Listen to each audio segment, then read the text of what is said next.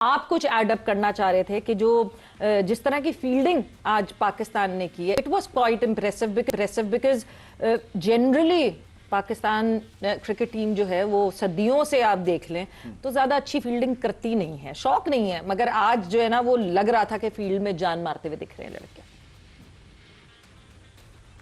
कुछ टाइम से हम देख रहे हैं काफ़ी जान मार रहे हैं और वाकई हम लोग काफ़ी इसमें लैग कर रहे थे। दूसरी बात ये कि देखिए ये इंडिविजुअल पे बड़ा डिपेंड करता है। आपका कोच आया लेके गया आपको, हम तो यही करते थे कि हम, क्योंकि हमें फील्डिंग का बहुत शौक था, ऑनेस्टली क्लब क्रिकेट में भी खेलते थे तो फील्डिंग का शौक था, तो सिर्फ आपको कितनी देर कराएगा, वो ले जाके करा देगा।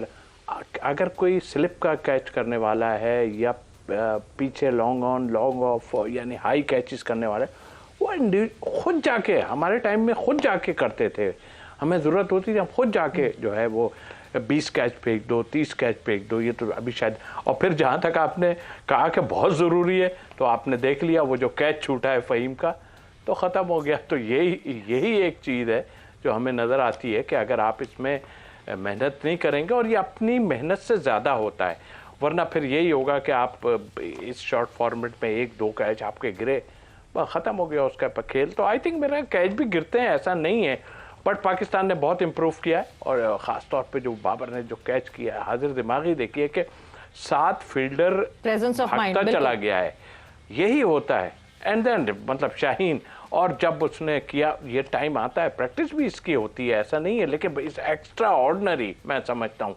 तो पाकिस्तान ने फील्डिंग में जो है बहुत इम्प्रूव किया है पिछले मेरे ख्याल है 4-6 महीने से हम देख रहे हैं।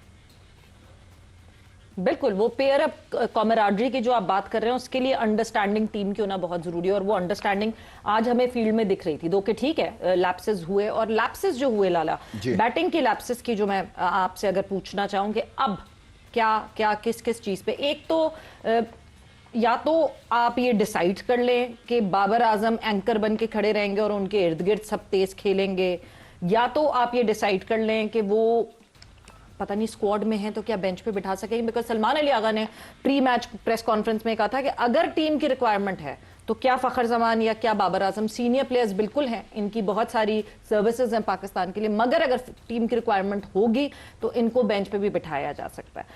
क्या डिसाइड करें, क्या करना चाहिए, बिकॉज ये एक लूप होल है पाकिस्तान टीम में, यहां पे आके सारी मेहनत जाया हो जाती है जो ओपनर्स मोमेंटम सेट करके जाते हैं।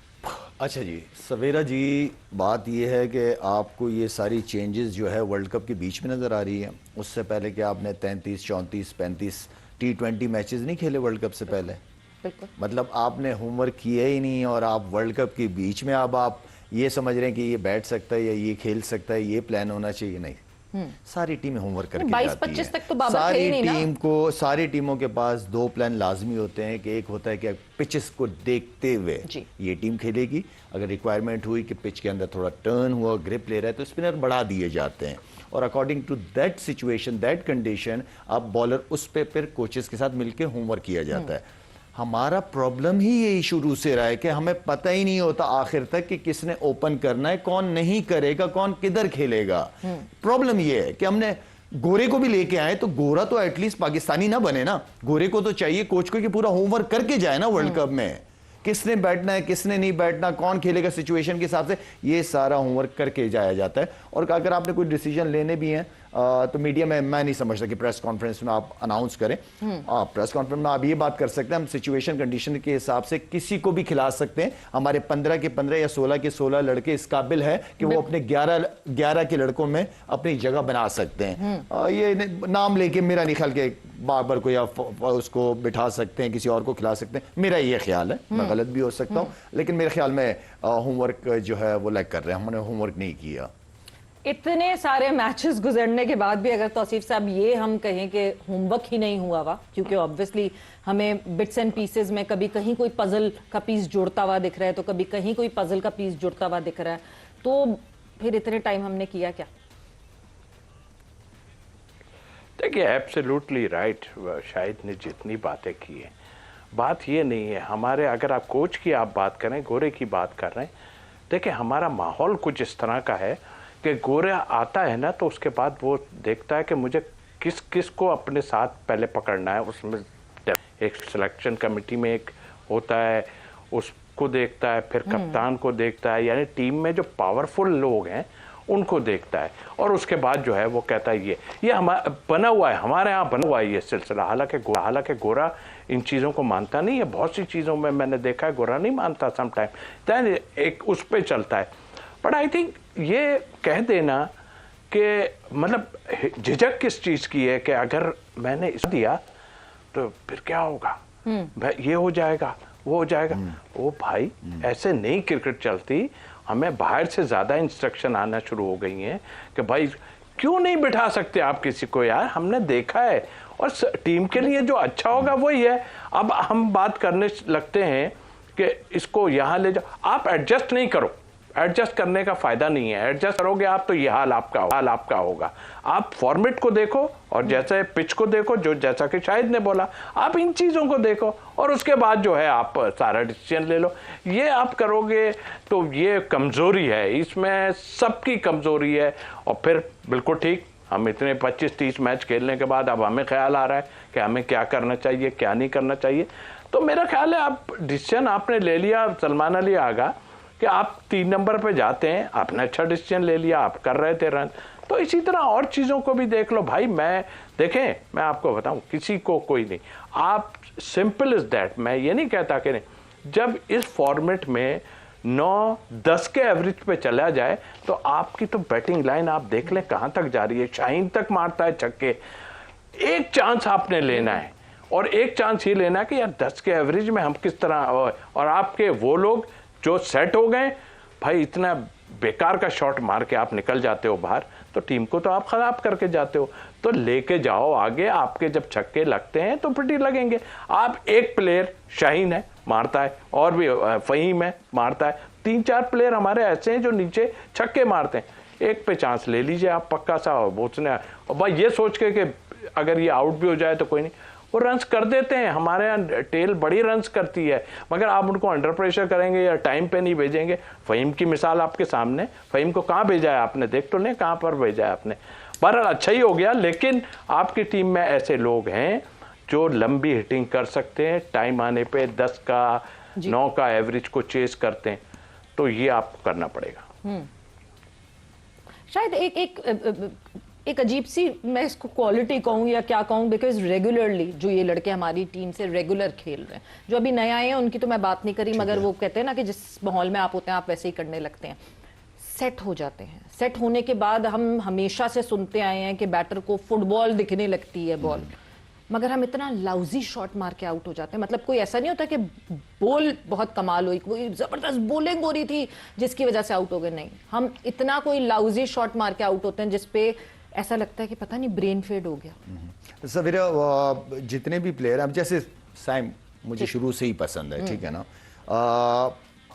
अब मुझे ये बात पहले भी कह चुका हूँ कि एक प्लेयर को ये पता चल जाता है कि यार उसने 25-30 रन कर लिए 11-12 बॉलों पे, ठीक है ना।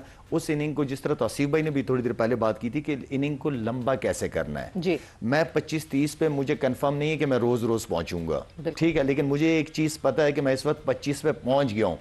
अब आप अकेले तो नहीं खेल रहे ना, सामने भी बैट्समैन खेल रहा है और उसका गेम भी छक्के चौकों वाला है, तो आप सिंगल करके आप जा सकते हो। उस दिन नाफे ने एक शॉट खेली ऑस्ट्रेलिया के खिलाफ, तो मुझे मैसेजेस करता रहता है मैच से पहले भी और ये सारा कुछ। तो मैंने नाफे को कहा, मैंने नाफे आपने एक छक्का मार दिया, पता नहीं 11 बॉलों पे कितने रन कर दिए थे इसने, तो मैंने कहा आपने एक छक्का मार दिया, 7 ओवर बाकी हैं और आप जेन्युइन बैट्समैन हो और सामने बाबर आजम खेल रहा है आपके, आप सिंगल तो करो ना उसके बाद, छक्के के बाद, और आपका पहला मैच है, ठीक है। तो अपने आप को जो स्मार्ट क्रिकेट होती है वो बाउंड्री के साथ सिंगल, अब मेरे मुंह से लगेगा भी अजीब सा, लेकिन मैं जेन्युइन बैट्समैनों की बात कर रहा हूं कि वो शॉर्ट बाउंड्री के साथ आपको सिंगल जो है ना वो आने चाहिए। आपके पास सामने ऐसे बॉलर आ जाते हैं कि आप एक ओवर में 2-3 छक्के लगा लेते हैं। इनिंग को बिल्ड कैसे करना है वो सबसे इंपॉर्टेंट चीज है जो जेन्युइन बैट्समैनों के लिए है। तो आई थिंक जो प्लेयर जो है जितने भी हैं हमारे पास सारे केपेबल हैं लंबी शॉटिंग खेलने के, तो अगर आप 10 बॉलों पे 10 रन करते हो, ठीक है, फेयर एनफ, कोई इशू नहीं है। लेकिन नेक्स्ट 10 बॉलों के ऊपर आप 20-22 रन आपको चाहिए। ये T20 फॉर्मेट है, ठीक है ना। अगर आप 15 या 20 बॉलों पे 17, 18 या 22-23 रन कर रहे हो, इसका मतलब है कि आपने टीम का जो स्कोर टारगेट अचीव करना है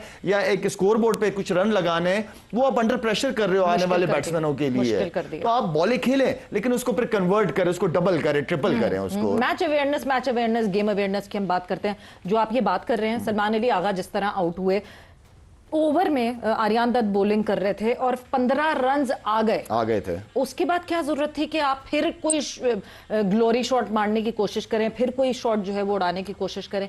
ये गेम अवेयरनेस, ये किस तरह, ये क्या इंजेक्ट किया जाए प्लेयर्स में? ये किस तरह गेम अवेयरनेस पैदा की जाए? बड़ी बैट्समैनों के लिए ना ये एक ऐसी सिचुएशन होती है कि आपने अपने ऊपर कंट्रोल भी करना था कि मैंने यार 10-15 रन ले लिए, ठीक है ना, 15 रन ले लिए। आप जेन्युइन बैट्समैन भी हो, कप्तान भी हो। हाँ, मुझे बॉल मेरे एरिया में मिलेगा तो नहीं छोड़ूंगा, बिल्कुल जबरदस्ती नहीं करूंगा, ठीक है। वो भी बॉलिंग करने आया हुआ है ना, वो कोई, मेरा मतलब है कि वो भी किसी प्लान के तहत ही आया होगा ना, वो हर बॉल पे छक्का चौके खाने तो नहीं आया होगा। तो आप बैट्समैन के पास, क्योंकि आपने, मुझे पता है कि 10 से 15 रन आपने ले लिए, आप बॉल का इंतजार करो, मेरी एरिया में होगे तो छोड़ूंगा नहीं। हाँ, जबरदस्ती नहीं करूंगा, बॉल के साथ जबरदस्ती नहीं करूंगा। बस ये वो चीजें हैं जो स्मार्ट क्रिकेट या जो बड़े क्रिकेटर्स होते हैं, जो हम हमेशा नाम लेते हैं बड़े क्रिकेटर्स के, वो बड़े बनते इसी तरह कि उन्हें अपने गेम का पता है, सिचुएशन को रीड करते हैं बड़े अच्छी तरीके से, और आगे का भी पता होता है कि यार उधर से भी बॉलर ने आना है। बिल्कुल ठीक है। वक्त जो है यहाँ पे जोर का जोर का खत्म हो रहा है, बट बिफोर दैट एक चीज बहुत इंपॉर्टेंट जो कि हम कल करना भूल गए थे, और वो बहुत जरूरी है और चलेगी, जोर का जोर जब तक चलता रहेगा वो साथ साथ चलेगा। That is my favourite part, prediction time. So सबसे पहले तो प्रेडिक्शन, तौसीफ साहब आपसे शुरू करती हूँ, योर टॉप 4। देखिए, मेरे हिसाब से कि पाकिस्तान खराब जरूर खेला है अपनी जगह, बट पाकिस्तान को मैं फर्स्ट रखूंगा, जरूर रखूंगा। इसके अलावा मैं न्यूजीलैंड रखूंगा, इंग्लैंड को रखूंगा, और फिर इंडिया का नाम लूंगा, मैं जरूर लूंगा। अच्छा खेल रहे हैं तो जरूर वो आ सकते हैं। हाँ बिल्कुल, जो परफॉर्मेंसेज हैं उस पर बिल्कुल, जिस तरह कल अंडर 19 इंडिया ने जीता, it was commendable. Coming towards you Shahid ji. मेरी तरफ से जी प्रेडिक्शन बड़ा मुश्किल काम है, लेकिन खैर कर देते हैं। पाकिस्तान इंडिया, श्रीलंका पे भी जाऊंगा मैं, और साथ में मैं जाऊंगा इंग्लैंड।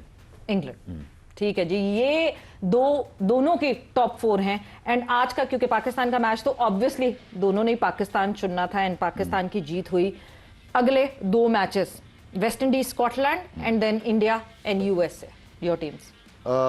मैं फर्स्ट जो है वो जाऊंगा आपका वेस्ट इंडीज के साथ, ठीक, और दूसरे यूएसए का मैच किससे? India USA. इंडिया के साथ। ठीक, तौसीफ साहब, योर प्रेडिक्शन। सेम, 2020 का भरोसा नहीं, लेकिन सेम, ये तो हमारा मैच था ना, इसलिए थोड़ा सा आगे पीछे हुआ। आई थिंक 2020 में जो है ना, थोड़ा सा टीम जो अच्छी है ना, उसको एज तो देना पड़ेगा। तो सेम जो शाहिद ने कहा है।